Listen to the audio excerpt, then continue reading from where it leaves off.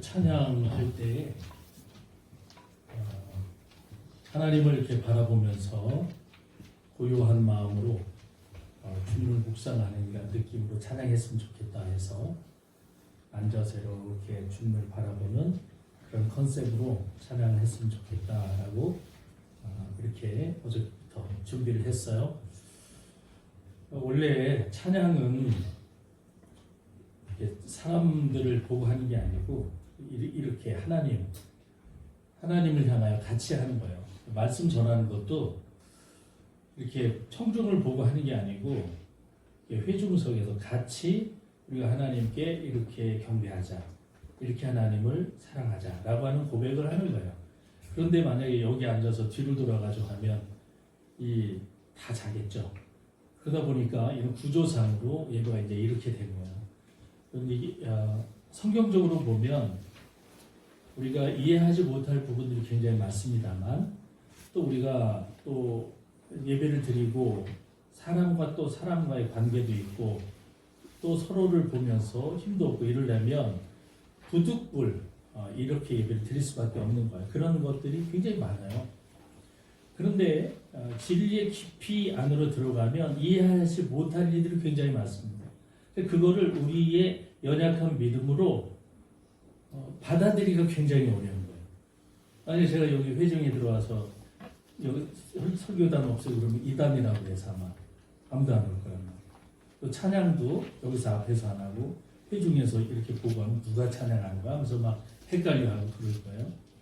우리가 예배를 드리고 하나님을 찬양하고 또 진실로 주님을 믿는 것이 굉장히 쉬운 것은 아니에요. 매우 어렵습니다. 그러니까 형식과 틀 속에 매우 갇혀져 있어요. 실질적으로는. 그러나 예수님이 요한복음 8장 32절에 진리를 알면 진리가 너희를 자유롭게 한다. 할렐루야. 아멘. 그래서 여러분 진리를 많이 알고 진리가 그리스도 예수님인데 진리를 알면 알수록 우리가 틀에서 많이 벗어나게 돼요. 그리고 성경의 깊이를 많이 들어가면 들어갈수록 이해할 수 없는 부분들이 많아요. 목회자가 이해할 수 없는 부분들을 이제 심오하게 들어간다고 해서 여러분에게 말씀드리면 실족할 사람들이 굉장히 많습니다. 성경은 굉장히 우리가 이해할 수 없는 부분들이 굉장히 많아요. 근데 그거를 믿음의 깊이로 들어가서 하나님은 이러한 분이구나. 예를 들면 보세요. 호세아 같은 선지자가 창녀에게 결혼을 한단 말이에요. 그럼 우리 선지자가 어떻게 창녀를 데려다 결혼을 하냐고. 이게 성경에 나올 법한 얘기예요? 있을 수 없는 일이에요. 창세기 38장에 또 보면 또 어떻게 며느리와 함께 그 사이에서 자녀를 낳는다고.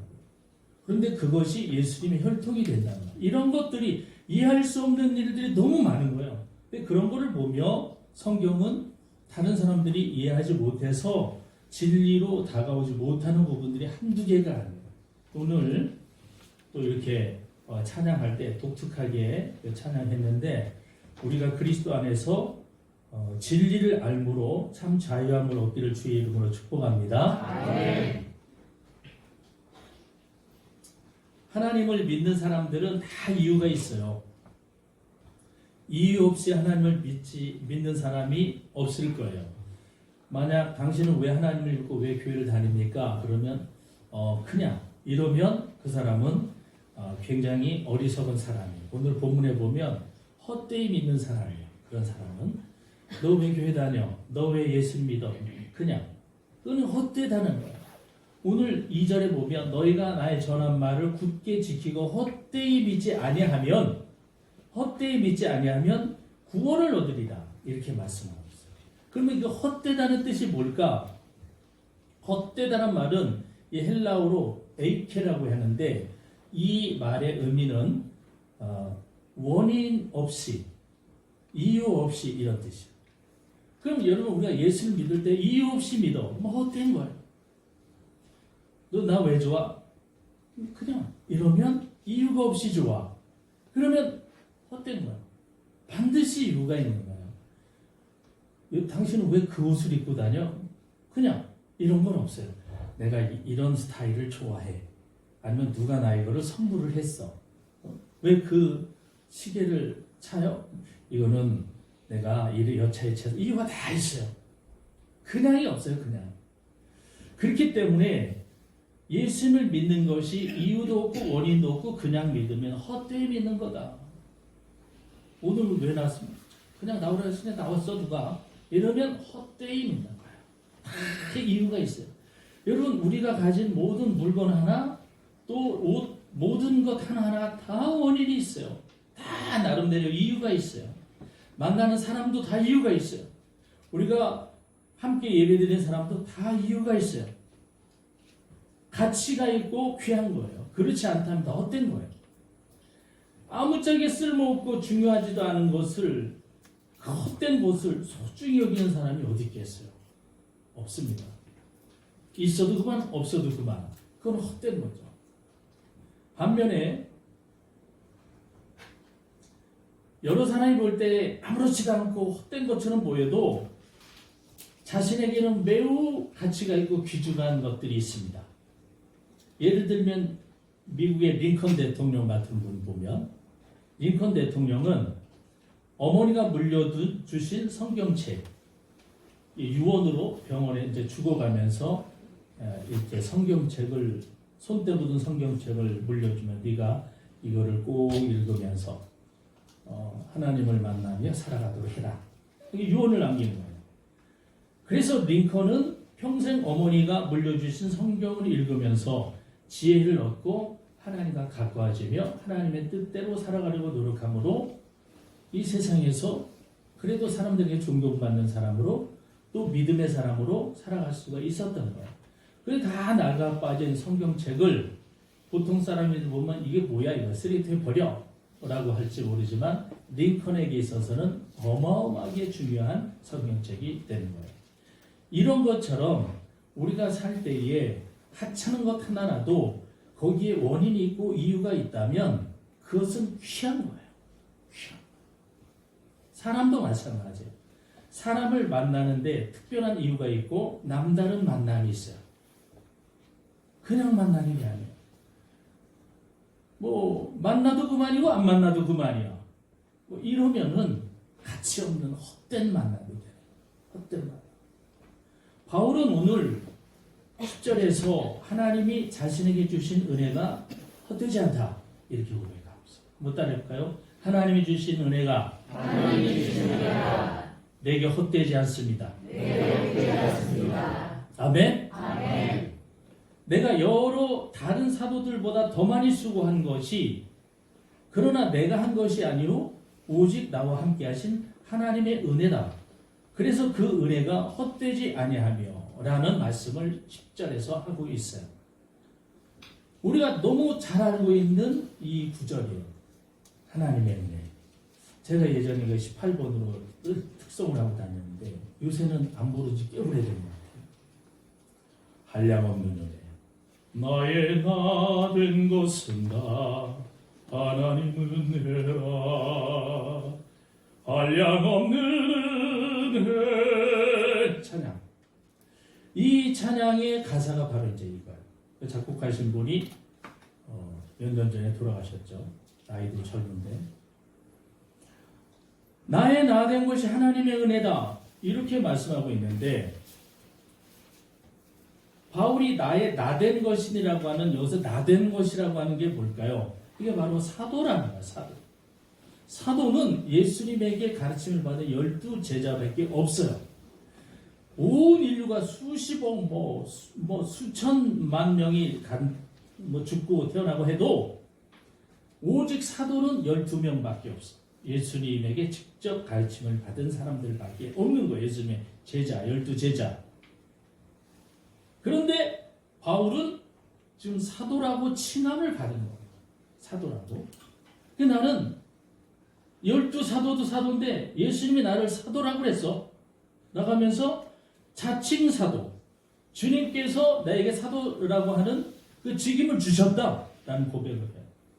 여러분 잘 들으시기 바라요. 자꾸 딴 생각하지 마시고. 잘 들으세요. 딴 생각하면 표정에서 나타나고 몸짓에서 나타나고. 여기 왔다가 헛되이 예배드리고 가면 무슨 의미가 있겠어요. 이 1시간도 안 되는 시간을 헛되이지 않고 좀 최선을 다해서 예배를 드리게 축복합니다. 아멘. 제가 헛소리 하는 거 아니잖아요.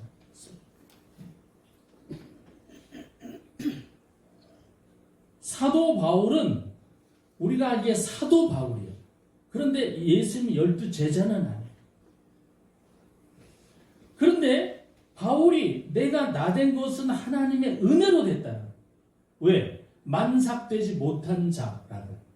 여러분, 만삭되지 못한 자가 이 성경에서 뜻은 어떤 뭐가 잘못되고 이상이 되어서 10달을 채우지 못하고 난 조산한 사람을 얘기해요. 우리가 알죠? 아이를 가지면 10달 만에 나와야 되는데 미리 나온 거예요. 근데 미리 나오면 뭐가 잘못돼서 미리 나온, 잘 돼서 나온 게 아니고 잘못돼서 미리 나왔다라고 하는 뜻이 이 만삭되지 못하여 난 자라는 거예요. 여러분, 만삭되지 못하여서 난 자가 다른 아이들과 똑같지 않잖아요. 미달, 자격 미달 있잖아요. 그래서 만삭되지 못하면 어디에 들어가? 인큐베이터에 들어가죠. 저희 애들도 인큐베이터에 들어갔었는데 응급실에 그냥 데리고 응급실에 데리고 가라고. 다른 병원에, 큰 병원 응급실로 가라고. 응애해서 응급실에 간 거야. 그런데 이렇게 자격 요건이 되지 않았는데 하나님이 사도를 해라 라고 자격을 주셨어요. 요건이 안 돼. 게다가 바울은 교회를 박해하던 사람, 예수 믿는 사람을 막 때리고 포박하고 심지어 옥에 가두고 죽이기까지 하는 아주 못된 짓을, 성경은 이러한 행동인데 멧돼지가 포도밭을 막 갈고 다닌다라고 하는, 잔멸했다라는 말을 써요. 리마이 조마이 말을 써요. 잔멸했다라는 말. 포도밭을 잔멸하며 다니는 정도의 교회를 이렇게 핍박하는 자, 자격 미달이에요. 그런데 사도라, 너 사도해. 이 예를 보세요. 망나니처럼 살던 사람이 왔어. 근데 내일부터 집사님 하세요. 그래봐. 뭐라 그러겠어? 집사가 뭐예요? 집사 교회 와가지고 일찍 와가지고 청소 다 하고 맨날 청소하고 전도하러 다니는 그런 거예요. 그러면 제가 그런 걸 어떻게 합니까? 뭐 그럴 거 아니에요. 직분이 또 더할수록 더 많은 것을 맡기면 나같이 못난 인간이 어떻게 주의전에서 그런 걸 하겠어요? 이렇게 하겠죠. 이렇게 다른 사람들보다 사도로 칭함을 받은 것에 대하여 너무 나는 자격 미달이에요. 그런데 여기서 더 중요한 것은 내가 다른 모든 사도들보다 더 많이 수고했다. 이거는 누구나 다 알아요. 12제자들보다 사도 바울은 훨씬 더 많은 수고를 했어요. 훨씬 더 많은 고난을 받았어요. 그러면 뭐라 그래야 돼요? 내가 모든 사도들보다 수고를 참 많이 했다. 그러면 내가 사도들보다 그래도 제일 낫다. 이래야 되는 거 아니에요? 근데 오늘 바울은 뭐라 그래요? 내가 다른 사도들보다 더 많이 수고했지만 사도들 중에 나는 가장 작은 자다. 가장 작은 자다. 그렇게 수고를 많이 했는데도 제일 작은 자라고 해요. 이게 그러면 사도라고 특별한 하나님의 예수님에게 사도라고 탁 칭함을 받았으면, 목사님 사도로 칭함을 받았으면 그 연봉 세요? 사도 되면 엄청난 연봉 받아요? 모르는 사람들 그렇게 하겠죠. 사도 되면 뭐 가는 데마다 기적이 나타나고 뭐 하늘 승천하고 뭐 다 물리치고 그래요? 아니죠. 사도가 되면 특별한 은총을 받는데 그것은 예수님을 전하면서 박해를 많이 받는 거야. 고난을 많이 받는 거야. 그리고 나중에는 순교를 하는 거야. 예수님을 전하다가 순교를 당해 죽는 거야. 이게 사도의 특별한 삶이에요. 당신은 사도로 어떻게 택함을 받았습니다. 그러면 나 그런 거 안 해요. 내가 왜 핍박을 받고 왜 죽어야 돼요? 왜 사람들에게 돈을 아무리 많이 줘도 1조를 줄 테니까 사도로 하세요. 안 하고 싶어. 1조를 줘. 다 필요 없어. 황제가 사도 임명장을 줍니다. 황제가 줘도 소용없어. 왜? 세상에서 어마어마한 고난을 받고 핍박을 받고 심지어는 순교를 당해요. 이게 사도예요. 그게 좋겠어요? 그런데 바울은 사도로 지금 부름받은 것에 대하여 감사하고 있습니다. 그럼 두 손 높이 들고 할렐루야 한번 해볼까요? 시작. 할렐루야. 네, 졸음이 쫓기겠습니다. 여러분, 이렇게 칭함을 받은 것에 대해 내가 죽는 사람이에요. 죽어야 되고 고난을 많이 받는 거야. 그런데 할렐루야. 그렇게 사도로 부른 게 감사합니다. 이해가 됩니까? 이해가 안 돼요. 세상 사람들은 사도가 뭐야? 사도가 해야 되는 게 뭐야? 이러이러한 거야. 에이, 누가 그런 거를 해? 미쳤어? 그런데 바울은 너무 감사해요. 할렐루야. 제정신입니까? 제정신이 아니에요. 오늘 본문 뒤에 17절에서 19절에 보면 내가 사도로 받은 것에 대하여 감사한 마음을 이렇게 표현해요. 그리스도께서 다시 살아나신 일이 없으면 너희 믿음도 헛되고 너희가 여전히 죄 가운데 있을 것이요 또한 그리스도 안에 잠자는 자도 망하였으리니 만일 그리스도 안에서 우리가 바라는 것이 다만 이 세상의 삶뿐이라면 모든 사람 가운데 우리가 더욱 불쌍한 자니라 라는 말을 하고 있습니다. 이게 무슨 말씀이에요? 예수님께서 십자가에 죽으시고 다시 살아나셨다. 3년 만에 살아나셨기 때문에 우리가 예수 그리스도 안에 있으면 우리도 살아난다. 그리고 하나님 나라에서 모든 사람들이 이 부활의 영광을 누리며 하나님 나라에서 영원한 주님과의 이러한 영생을 얻게 됩니다. 우리가 이것 때문에 예수님을 믿는 거다. 이 세상의 삶이 다가 아니다. 우리는 여기에 소망을 두고 사는 사람이 아니고 하나님 나라를 소망하며 사는 사람이다. 할렐루야. 네. 그래서 사도로 부름받은 것에 감사합니다. 이 세상은 뭐 점 하나와 같은 거예요. 그러나 하나님 나라는 어마어마한 이 세상과 비교할 수 없을 정도의 영원한 시간이 기다리고 있다. 그러니 이 작은 시간 여기에서 행복을 누리고 기쁨을 누리고 영원한 세계에서 멸망하는 것보다는 여기에서 고난 가운데 있다가 하나님 나라에서 영원한 기쁨과 행복을 누리는 것이 이게 사도의 기쁨이 얼마나 크냐. 스케일이 크다고 합니다. 스케일이. 비교할 수 없는 영원한 하나님 나라를 알고 있기 때문에 여러분 순교자 그리고 사도의 삶에 대해서 이 세상에 이해할 수 있는 사람이 몇 명이나 있을까요? 누가 사도할까라고 하면 우리는 사도 될 수도 없죠. 예수님이 직접 받은 게 아니기 때문에 세상은 절대 이해 못해. 더군다나 사도 중에 내가 제일 많이 수고했으면 내가 제일 큰 사도야 라고 해야 되는데 그 중에 수고는 제일 많이 했는데 제일 낮은 자, 제일 작은 자 그렇게 고백해요. 이것 때문에 바울은 말해요. 예수님 믿는 그리스도인들 가운데 고난을 많이 받아요. 그리고 박해를 많이 받고 오해를 많이 받습니다. 내가 예수님 믿으려고 합니다. 딱 들어와 보면 저거 우리 교회 예수 믿는 사람들 붙잡아 가던 놈 아니야 저거. 여기 와서 누구를 좀 몰래 다 점탐해가지고 나중에 누구를 잡아가려고 그러는 거야? 막 사람들이 바울을 이렇게 멀리해요. 말도 안 해. 몇 년 동안 대화도 안 해. 사람들 믿는 사람들 틈에 들어가서 정보 빼들려고 잡아다가 옥에 가두고 저 스파이 아니야 스파이.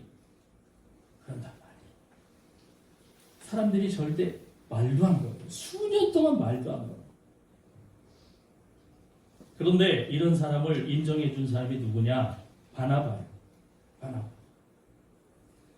바나바가 내가 보증합니다. 내가 바울을 보증합니다.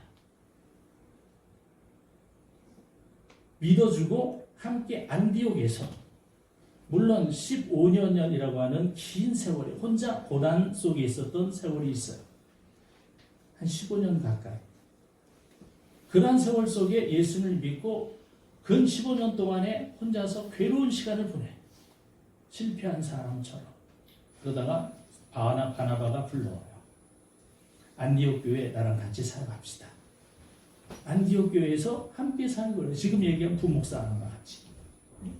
바나바가 담임하면 부목사로 바울이 부목사님 하는 거예요. 이런 세월이 있었어요. 그렇기 때문에 바울은 스스로 나는 사도의 자격이 없어. 그리고 나는 만삭되지 못하는 안자 같아. 이러한 자의식이 있었기 때문에 바울은 평생 그 이후로 예수를 믿은 이후로 교만한 적이 없어요. 절대 교만하지 않아. 나는 미달이야, 미달이. 여러분, 교만한 사람의 특징은 말이에요. 나는 그럴 충분한 자격을 갖고 있어. 이런 사람이 아주 교만해.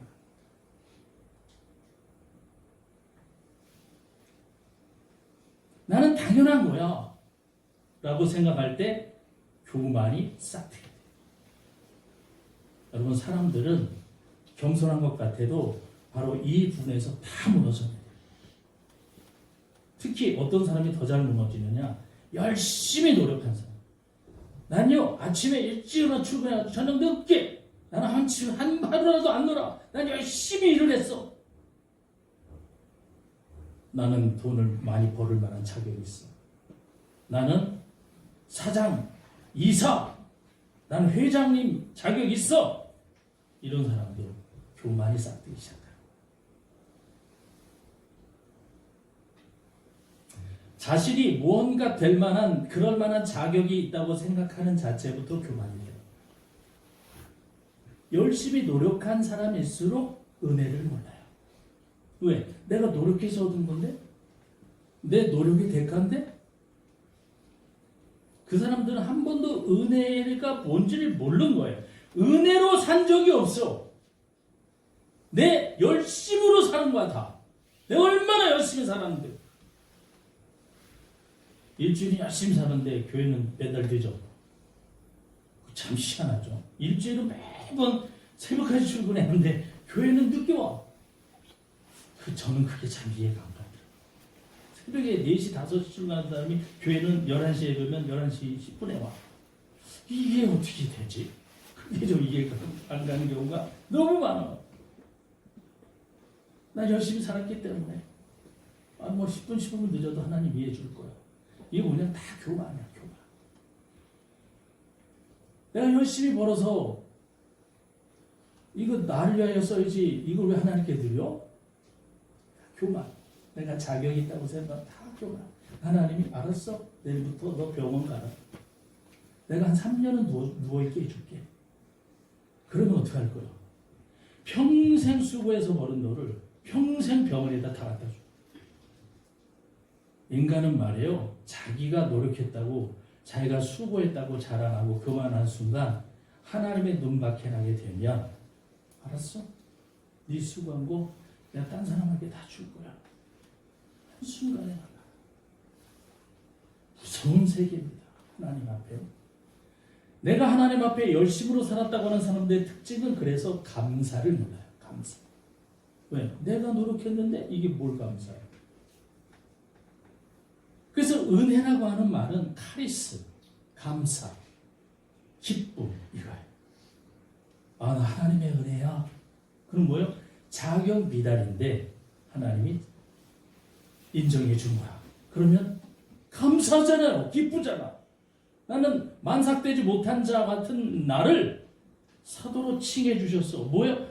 너무 감사한 거 아니에요. 이게 은혜 아니겠어? 은혜. 그런데 내가 노력해서 땄어. 내가 노력해서 얻었어. 은혜를 몰라요. 그게 뭐 은혜야? 내가 노력해서 된 건데. 감사가 없어요. 인생에. 여러분이 당연히 받는 월급 그게 내가 수고의 대가로 생각하면 전혀 월급을 받아도 감사가 아니야. 왜 1,000만 원밖에 안 줘? 나는 3,000만 원 받아야 되는데. 왜 이것밖에 안 주냐고? 감사가 없는 거예요. 여러분 당연히 받는 것은 대가예요.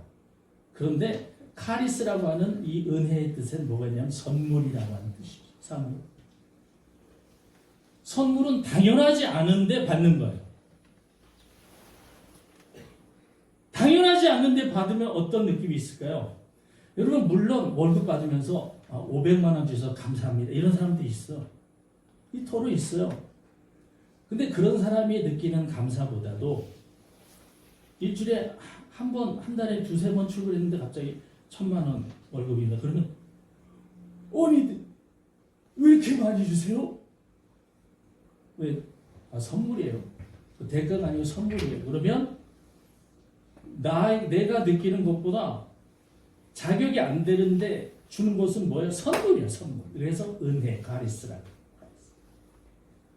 물론 월급 받으면서 감사합니다라고 하는 사람도 있어. 그런데 이 사람이 누리는 감사보다 생각하지도 않은 내가 대가도 아닌데 더 많은 선물을 줄 때 그 기쁨은 대가를 받는 거의 기쁨과 비교할 수 없는 기쁨이에요. 여러분 이런 것들이 어떻게 이루어질 수 있느냐? 자기의 자의식을 낮출 때 일어날 수 있다. 그래서 하나님 말씀을 듣는 거예요. 하나님 말씀.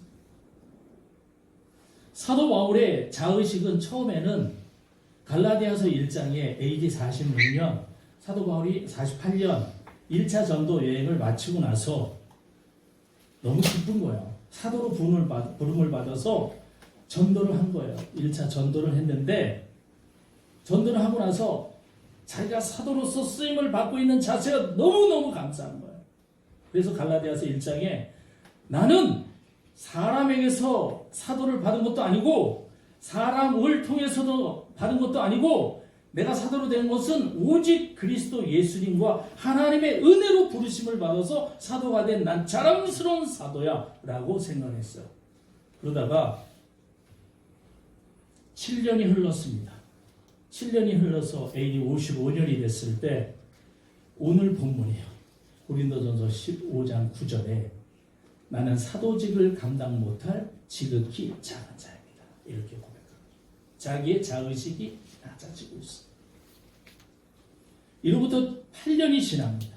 8년이 지나서 에베소서를 기록할 때에 AD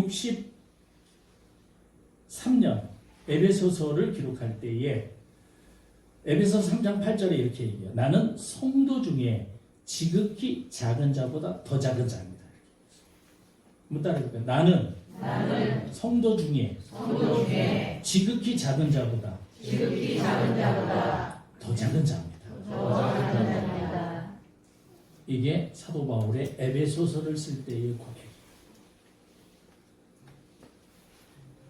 이런 고백을 하고 나서 4년이 더 지나서 AD 67년이 돼요. AD 67년이 됐을 때 바울이 1년 후에 로마 감옥에서 죽습니다.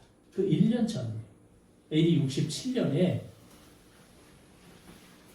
디모데전서 1장 15절에 이렇게 고백합니다. 나는 내가 죄인 중에 내가 괴수니라. 죄인 중에 내가 괴수니라. 이런 고백이에요. 그리고 1년 후에 감옥에서 목이 잘려 죽습니다.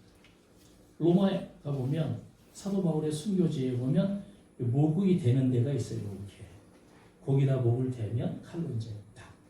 그럼 바울이 목이 툭 잘라지면서 3번 튀었는데 그 3번 튄 곳에 샘물이 3개 나와서 샘이 솟았다라고 끝이 여기 다 있어요. 사도 바울의 처음에 자기의 자의식은 자랑스러운 사도였어요.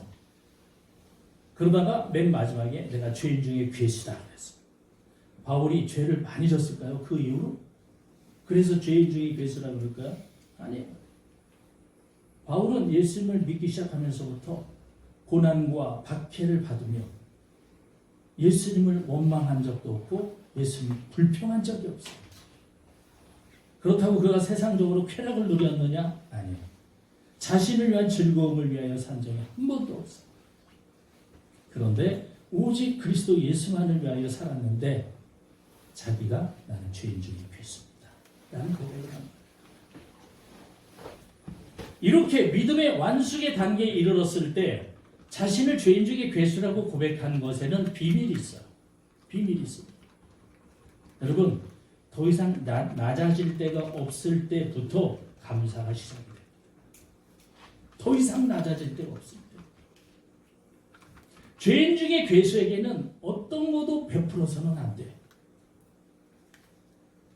심지어 밥을 줬어. 그러면 어떻게 죄인 중에 괴수한테 밥을 줍니까? 감사. 깍두기 하나 줘. 좀 짜, 깍두기. 어떻게 죄인 중에 괴수에게 밥만 줘도 되는데 깍두기까지 줍니까? 감사.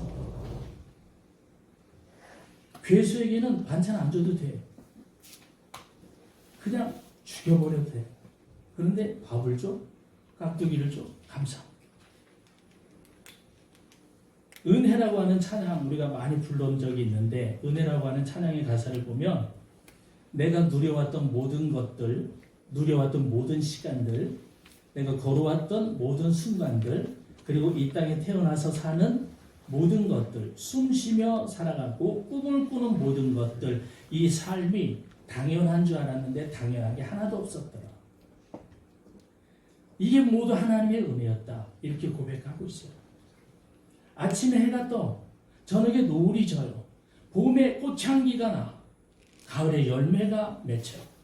이게 하나님의 은혜로 이루어진 거지 내 노력으로 된 게 하나도 없다. 하나님의 은혜다. 내가 하나님 자녀로 살고 찬양하고 예배하고 복음을 전할 수 있는 축복을 누리는 것, 당연한 것이 하나도 없음을 고백합니다. 할렐루야. 아멘. 은혜라고 하는 찬양. 붕괴를 하면 이 찬양도 하고 그럴 텐데,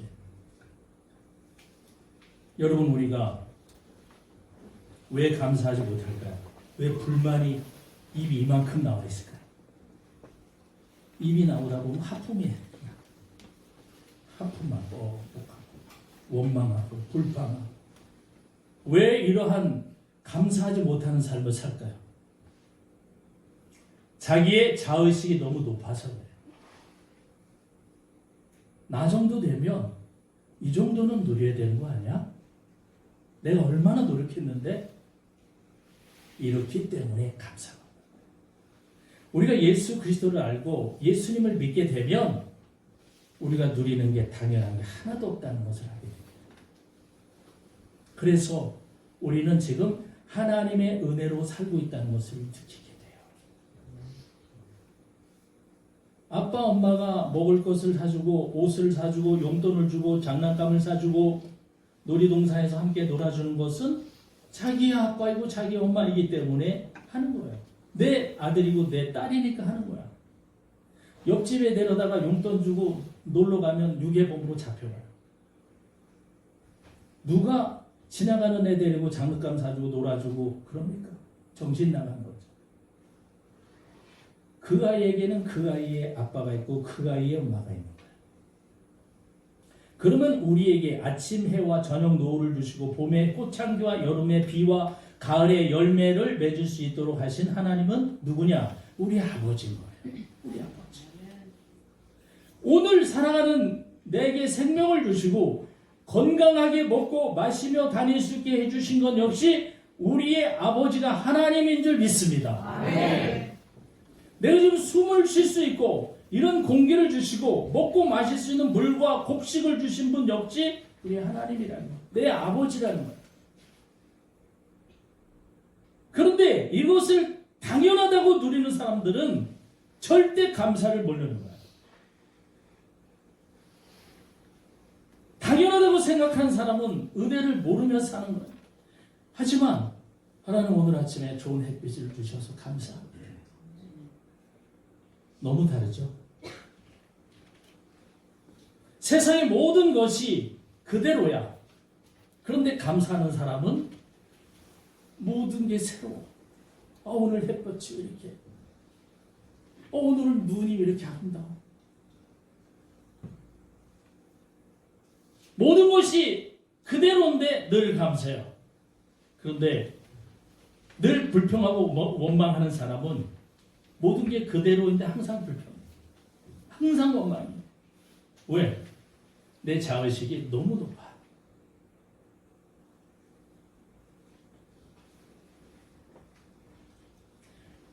내 자의식에 따라서 어떠한 생각을 가지느냐, 이게 믿음의 사람들이 가져야 될 것입니다. 내가 자랑스러운 하나님의 자녀라고 생각하면 지금 누리는 것이 당연한 것 같죠. 더 누리지 못한 것에 불만이 많겠죠. 하나님의 자녀에게는 만사 형통을 줘야 되는 게 아닙니까? 라고 하겠죠. 그런데 내가 하나님의 자녀이지만 죄인 중에 괴수입니다 라고 해보세요. 그러면 지금 누리는 것도 너무 감사해요. 너무 벅차요. 아니, 내가 이런 걸 누려도 됩니까? 예수님을 잘 믿으면 말이에요. 잘 믿으면 믿을수록 우리에게는 더 많은 고난과 시험이 오게 돼 있습니다. 그건 당연한 거예요. 왜? 동네 축구 대표 선수가 하는 훈련 양과 올림픽 대표, 월드컵 대표, 국가대표 선수가 하는 그 훈련의 고난의 양이 똑같습니까? 다르죠. 한 1km만 뛰어도 죽으려고 그럴 거예요. 동네 축구는. 세계적인 축구 선수가 하려면 10km 이상은 뛰어야 돼요.